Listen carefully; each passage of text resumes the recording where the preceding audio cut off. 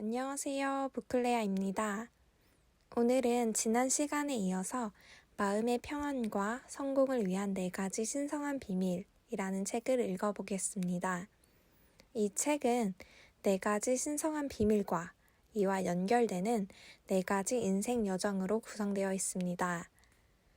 첫 번째 신성한 비밀은 영적 비전으로 살아가기였습니다. 그리고 첫 번째 인생 여정은 상처받은 아이 치료하기입니다. 오늘은 상처받은 아이 치료하기 파트 중 일부를 읽어드리도록 하겠습니다. 이제 당신이 막 걸음마를 배우는 행복한 아기라고 상상해보자. 넘어지면 무릎이 아프고 그래서 운다. 하지만 아픈 게 사라지면 눈에 뭔가 또 다른 것이 들어온다. 눈물이 채 마르기도 전에 이미 다른 일을 맞이할 준비가 되어 있다. 언제 아팠냐는 듯이. 기뻐할 줄 아는 행복한 아이의 아름다운 의식 상태가 바로 그렇다. 새들이 하늘에 날아간 흔적을 남기지 않듯 과거도 고통의 흔적을 남기지 않는다. 의식은 백지 상태로 다음 경험을 맞이할 준비가 되어 있다. 행복한 아이와 상처 입은 아이는 단순히 우리 안에 있는 과거의 기억들이 아니다. 이 두 아이는 알게 모르게 우리가 앞으로 경험할 존재의 아름다운 상태와 고통의 상태를 뜻하기도 한다. 누구나 인생에서 행복한 아이였던 때가 있다. 행복한 아이일 때 당신은 실수를 두려워하지 않는다.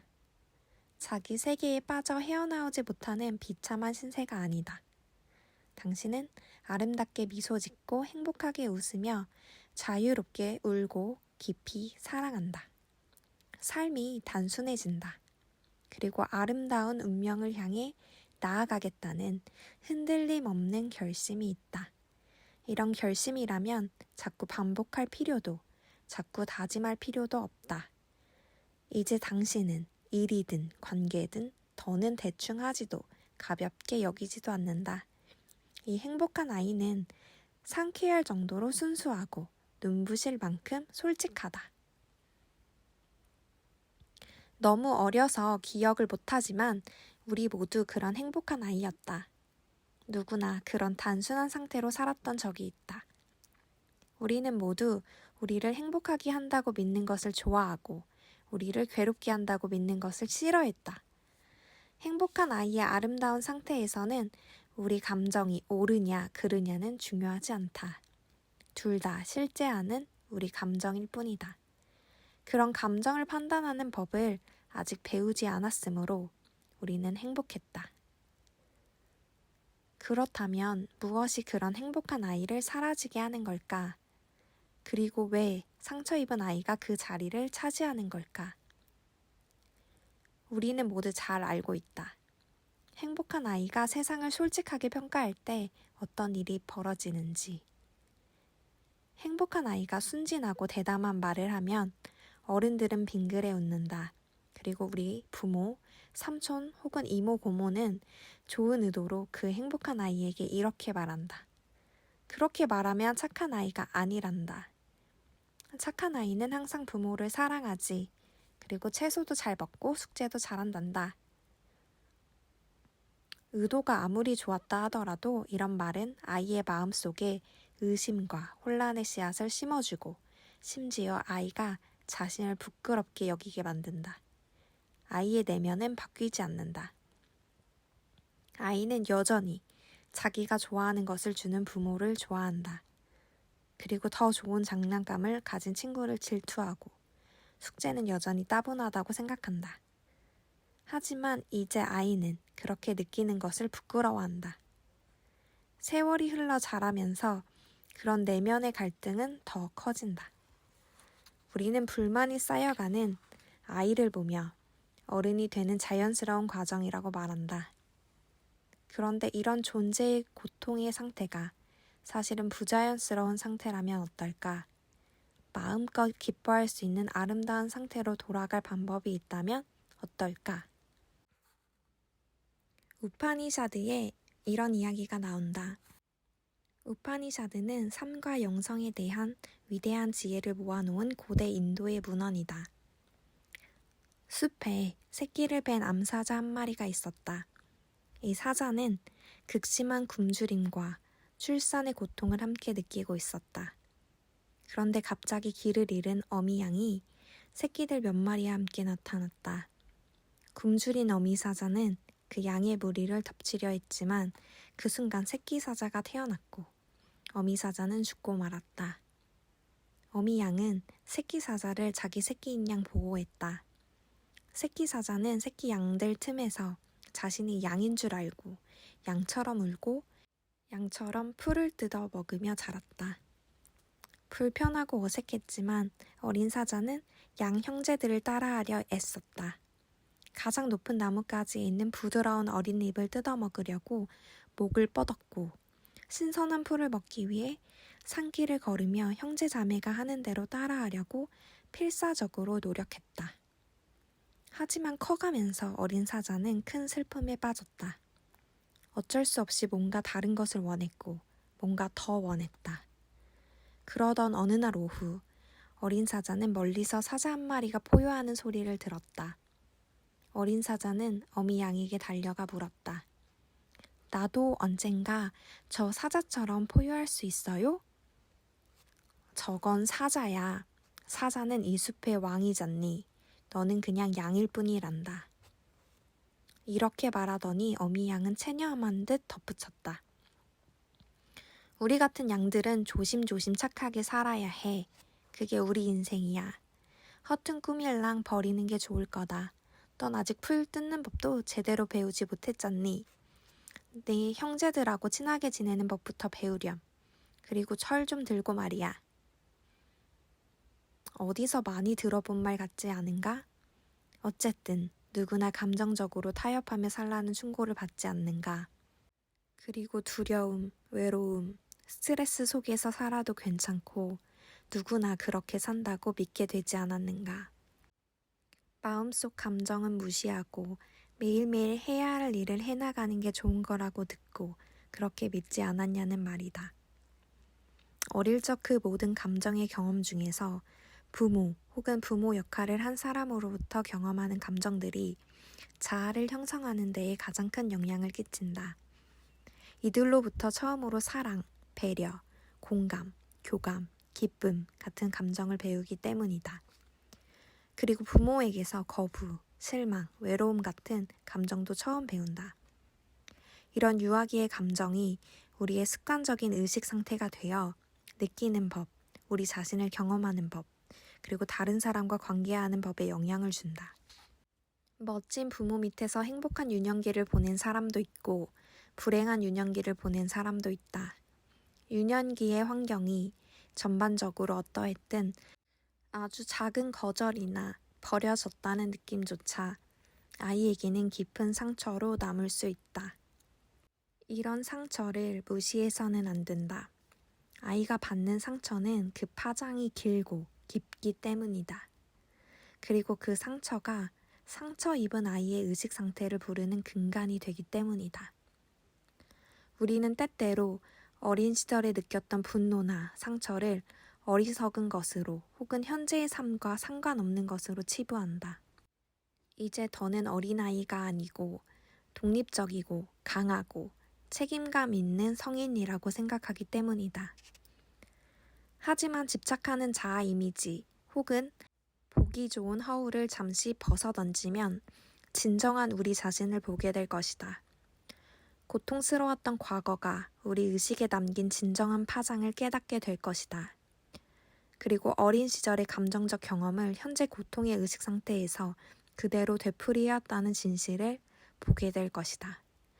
이 진실을 용기 있게 볼 수 있을 때 그것에서 벗어날 수 있다. 당신은 어떤 상태에서 살고 싶은가? 자신에게 이 질문을 솔직하게 그리고 용감하게 던져보자. 그럼 그런 괴로운 상태에서는 단 하루도, 단 1시간도, 단 1분도 살고 싶지 않음을 깨달을 것이다. 과거의 고통을 떠나보낼 준비가 아직 안 되었다 싶을 수도 있다. 하지만 포기는 금물이다. 다시 괴로운 상태에 빠져도 스트레스가 심하거나 외로워도 상처를 떠나보내고 싶지 않아도 그런 자신에게 상냥하게 대하자. 잠시 상상해보자. 행복한 아이의 아름다운 의식 상태로 깨어난다면 어떨까? 다시 사랑하고 신뢰하게 된다면 어떨까? 상처받은 아이가 아무리 우리를 단단히 움켜잡고 있어도 현재의 그 모습을 드러내는 과거, 그 내면의 상태를 가만히 지켜보기만 해도 내면의 동요는 가라앉게 된다. 가만히 두면 흙탕물은 가라앉음을 반드시 기억하기 바란다.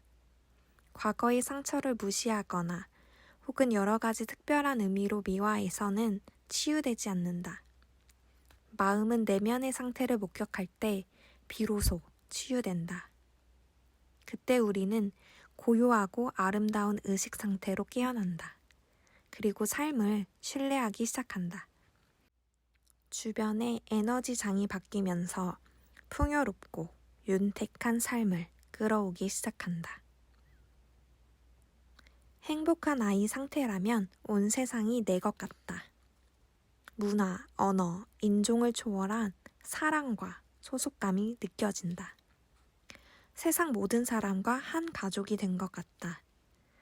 세상 모든 사람과 친구가 된 것 같다. 새끼사자 이야기를 기억하는가? 그 이야기를 처음 들었을 때 나는 세상에서 가장 슬픈 이야기라고 생각했다. 하지만 이제 결말을 바꿔보자. 해피엔딩으로 말이다. 어미 양이 새끼사자에게 공상은 그만하라고 했을 때 새끼사자는 엄마 말을 따랐을까? 물론 따랐다. 아직 새끼였고 새끼는 어미가 하는 말을 믿고 따르니까. 그리고 몇 년이 지난 어느 날 거대한 사자 한 마리가 그 양의 무리를 공격하려 했다. 그 거대한 사자를 본 어린 사자는 양들처럼 매하고 울며 도망가기 시작했다. 그 광경에 충격을 받은 거대한 사자는 그 어린 사자를 잡고 포효하며 말했다. 너는 왜 양처럼 울면서 떨고 있니? 왜 내게서 도망치는 거지? 너는 사자가 아니냐? 정신 차려. 어린 사자는 그 큰 사자의 말을 들으려고도 하지 않고 계속 매하고 울며 떨기만 했다. 큰 사자는 어린 사자를 강으로 끌고 가 물속에 비친 자신의 모습을 보게 했다. 큰 사자 옆에서 물에 비친 자신의 모습을 찬찬히 살피던 어린 사자는 믿을 수 없는 힘이 솟구치는 걸 느꼈다. 그리고 자신에게 힘이 내재되어 있다는 사실을 깨닫고 크게 포효했다. 그 포효가 온 숲에 울려 퍼졌다. 그 순간 정글의 모든 동물이 숨을 죽였다. 당신은 이 어린 사자와 같다. 아름다운 상태의 힘, 그 의식의 진정한 힘을 깨울 때 당신 인생의 모든 것이 바뀌기 시작한다. 어린 사자의 포효로 숲속 모든 동물이 숨을 죽인 것처럼 막 깨어난 당신의 포효가 그 모든 내면의 혼란을 잠재울 것이다. 그리고 이것은 시작에 불과하다. 소울싱크 연습. 상처 입은 아이 치유하기. 소울싱크 연습을 이용해 상처 입은 아이 상태에서 행복한 아이 상태로 거듭나는 법을 알아보자. 연습을 시작하기 전에 당신이 자비심을 느낄 수 있게 해달라고 우주에게 부탁해보자. 아니면 스스로 자비심을 갖겠다고 결심하는 것도 좋다. 과거의 고통을 떠나보낼 준비가 채 되지 않았다고 느낄 수도 있다. 그래도 괜찮다. 도와달라고 울고 있는 작은 아이를 대하듯 자신에게 인내심을 갖길 바란다.